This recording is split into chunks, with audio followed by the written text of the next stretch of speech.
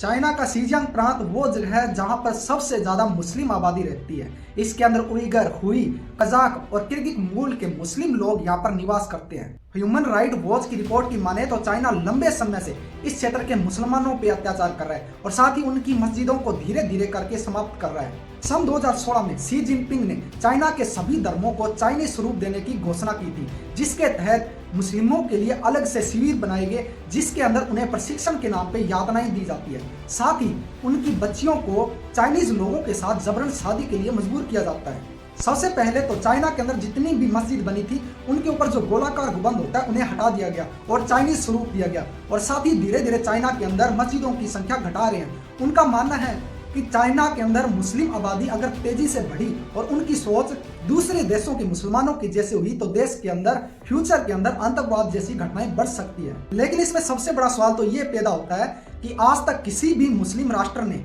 China के अंदर हो रहे उइगर मुसलमानों पे अत्याचारों पे कभी भी खुलकर नहीं बोला, ना ही चाइना को इस बारे में बातचीत के लिए बुलाया। इसके पीछे पहली बड़ी वजह तो ये है चाइना का मुस्लिम राष्ट्रों के अंदर ज्यादा निवेश होना। दूसरा, फूड सप्लाई और इलेक्ट्रॉनिक सप्लाई के मामले में चाइना बहुत ज्यादा आगे है अरब देशों के अंदर।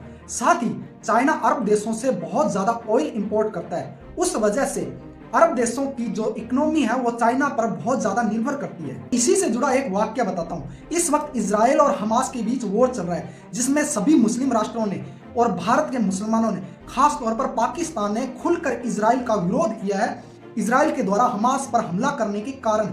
लेकिन अभी एक खुलासा हुआ है जिसमें पता चला है कि पाकिस्तान इजराइल को हथियार सप्लाई कर रहा है।